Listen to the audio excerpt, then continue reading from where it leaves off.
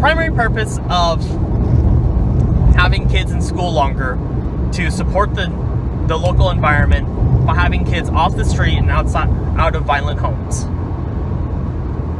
The biggest purpose for this you can look at towards Japanese schools, wherein, from what I understand at least, a lot of the clubs are allowed to keep using school classrooms and the on-such for club activities fairly late into the night. As well as other responsibilities that would usually be put onto janitors are generally put onto students. And I think that would severely help the feeling of worth and value that the student has towards the school. And I think that really matters. Because in a place where a child doesn't feel valued, they'll grow up to slightly resent that place that they were forced to be in. And so my goal primarily is to reverse that. Secondarily is to have them have school be a sanctuary, as I've stressed multiple times. The biggest issue with this, from what I understand, is that the clubs would either A, have to raise their own money, or B, the school itself would have to push in quite a bit of money to make something like this work. And I understand that the initial cost should be upwards, I don't know, I want to be really out there when I say this, so I'm going to say $5 billion. $5 billion should be right around the amount required to really institute a wide-scale change on the level of, and trying to get it done quickly. The whole quickly idea might not make sense to you, but in principle, wow. Okay, so everyone has seen VW Bug, right? I just saw one that was jacked up like it was that's like a truck was jacked up. To get in the door was 6 feet off the ground. And there was a little Darth Vader helmet on top. It was a little amazing. Okay, continuing. Yeah, so the initial investment would be pretty steep, and trying to get it instituted would be really hard unless it's done in such a way that it's A, mandatory, B, structured so that each school only has 4 or 5 different options to choose from, and then the government itself will actually get it done, and it's not up to the school, so that way it can't fucking fail. But yeah, so the initial investment should be pretty high. Usually school clubs and the on-such should be able to do things by themselves by raising money and whatnot, but this is being done in an impoverished neighborhood, so such a thing wouldn't really be possible.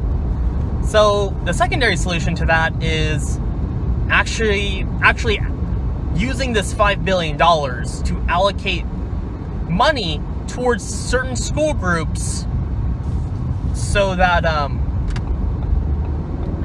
sorry, there's a service truck fixing a street light, and it's a thing. It is certainly a thing.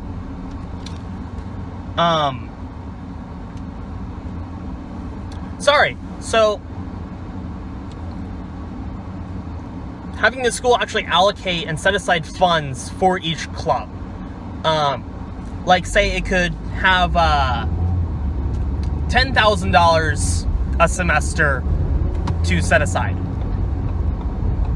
of which each club could request certain things, or if they've made a certain impact in the local community, they could get an additional portion of the money. The biggest issue here would be actually to stop embezzling. You'd really have to stop corruption. The money itself has to be spent immediately on objects that are deemed legal, of course. So there's quite a few issues here that I sense, and I understand that. The whole goal here is to really help kids. In my opinion, there's nothing better than being able to outright leave your house if your parents are fighting, and being able to go somewhere you consider safe, such as school. And like I was trying to say, like, that is the primary goal of this. And I know I've kind of said multiple things, but that's really what I mean. It's so kids feel safe at school. And if it's done right, it'll actually push money into the local community in such a way that it won't be able to be mishandled easily. True, it can be mishandled, but A, it's being handled by kids, and B, the only people that are capable of embezzling it are the teachers or administrators that actually can handle the cash, assuming we don't just give it straight to the kids. I'm not sure what the perfect solution is, so unless like this idea was to be implemented in actuality, I don't feel like going into the specifics. But the long and short of it is, I believe it's a far better way of pushing money into the local community rather than giving like families a welfare check. And true, the welfare check matters a whole lot. However, that welfare check can also be spent on things like drugs and alcohol, and that is not okay. So the goal here is to give the local community more money to be working with in such a way that it won't leave the community immediately. Like, that money would probably likely go straight towards, like Walmart. And that's very understandable. And that's partially the reason why I would like to put money aside for local businesses so that they can lower their prices to not only compete, but actually push out larger businesses so that the money will stay local. Like, to me, in an impoverished situation, the money staying local is what really matters. And these big businesses, don't get me wrong, I really like them. I do. However, they are incredibly good at pulling money out of a local community. And that is a problem. Since unless more money is spent on wages than is collected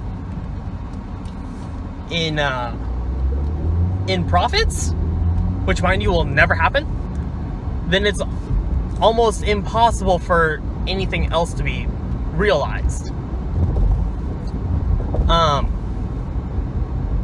True, if I were president, I'd like to spend money willy-nilly.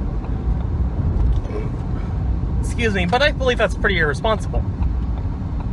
And at least setting it aside like this, like I've put forward here, there would be actual change with the intent of actually solving issues.